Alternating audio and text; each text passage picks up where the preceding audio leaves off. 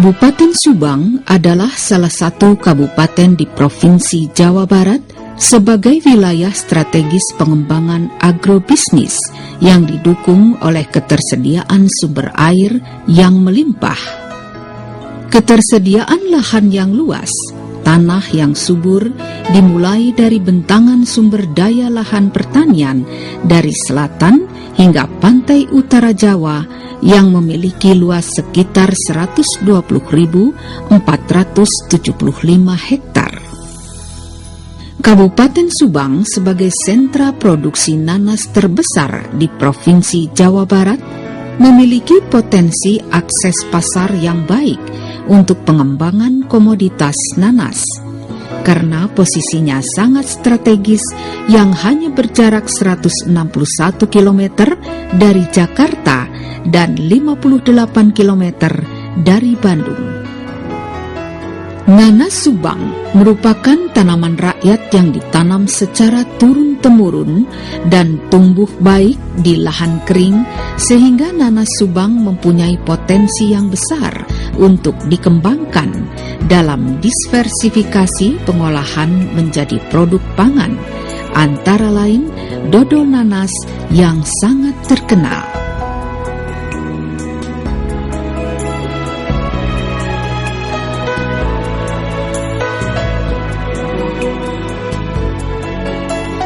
Sebagian besar nanas Subang dihasilkan dari kebun-kebun rakyat yang ditanam di halaman rumahnya atau di tegalan di Kecamatan Jalan Cagak di atas area lahan 3.000 hektar lebih dengan masa panen sepanjang tahun yang jumlah produksinya mencapai hampir 120.000 ton.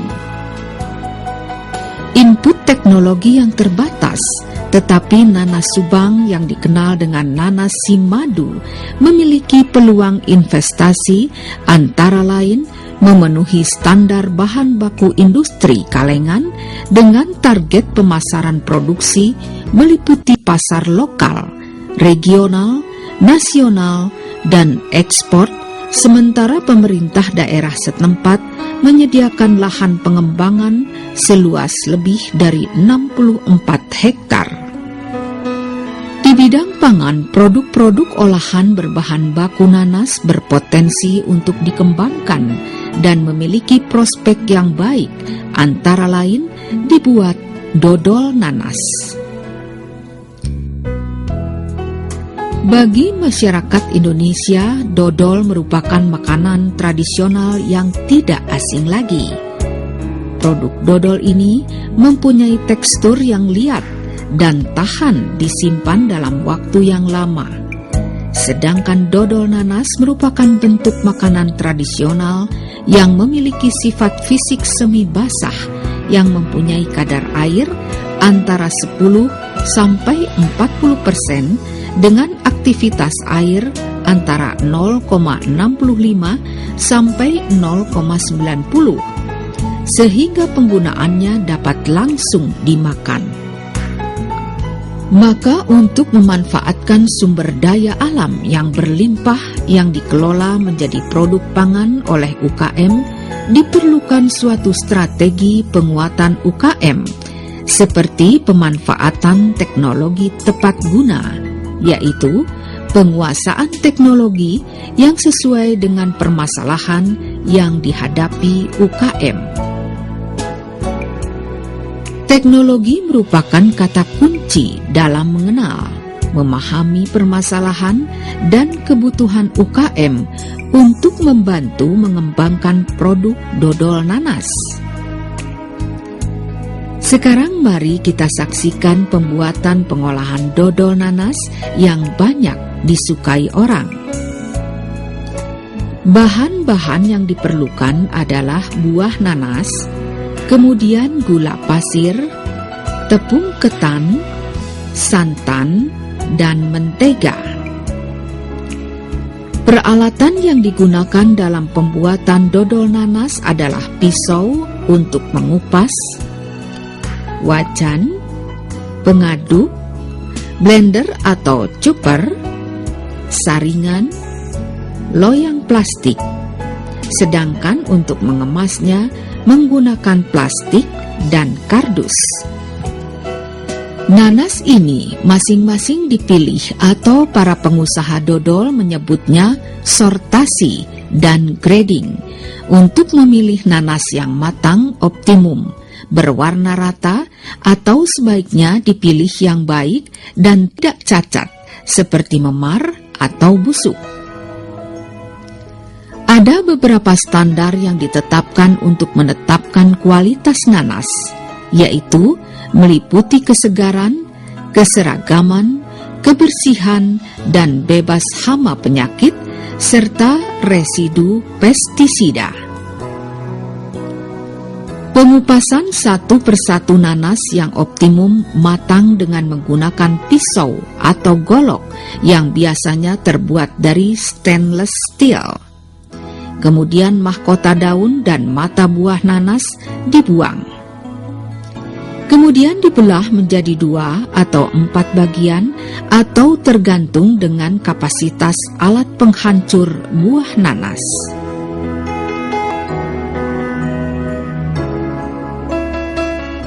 Buah nanas yang telah dipotong-potong dimasukkan ke dalam wadah, kemudian dicuci dengan cara penyemprotan atau dengan cara perendaman.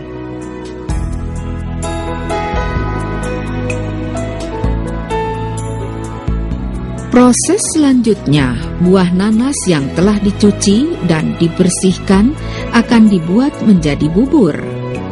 Caranya bisa menggunakan pemarut, worring blender, penggiling daging, atau penggiling tahu.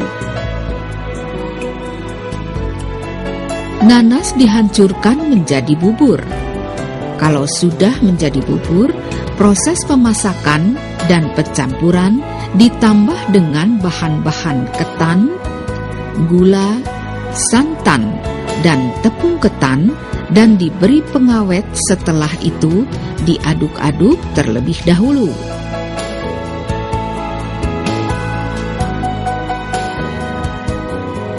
Pemasakan dilakukan dalam tabung dengan sumber panas berasal dari kompor atau sumber panas lain yang dapat dipergunakan seperti kompor gas.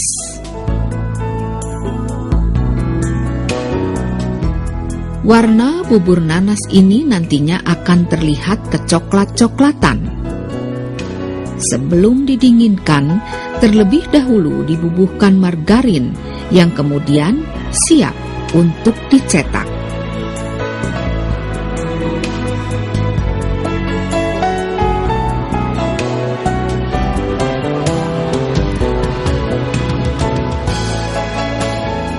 Setelah berbentuk adonan, bubur ini dipindahkan ke baki atau loyang. Diratakan, kemudian didinginkan terlebih dahulu selama 1 malam sebelum mendekati proses akhir, yaitu membentuk dodol ini dalam berbagai ukuran. Adonan dodol nanas di dalam loyang-loyang ini bila sudah dingin baru akan dibentuk atau dipotong-potong.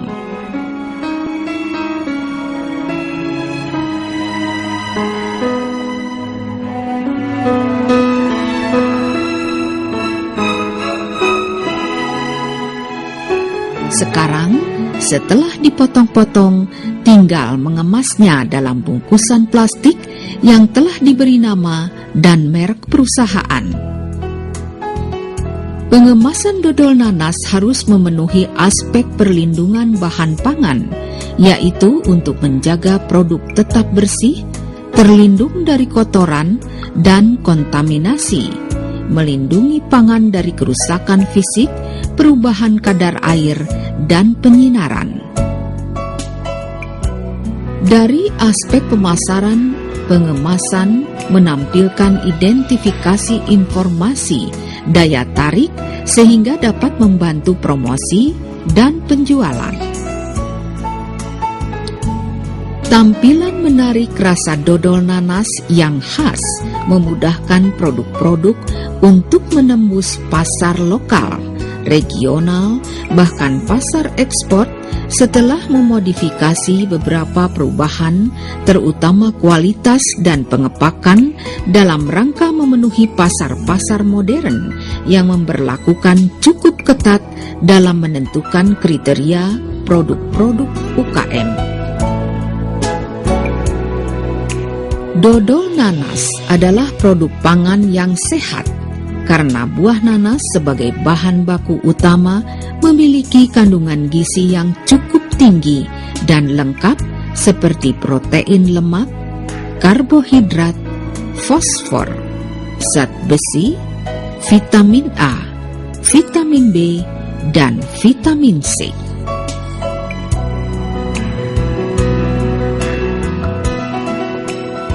Dodol nanas dari Subang sehat dan berkualitas, apalagi setelah para pengusahanya menerapkan bantuan teknologi proses produksi dan penerapan teknologi.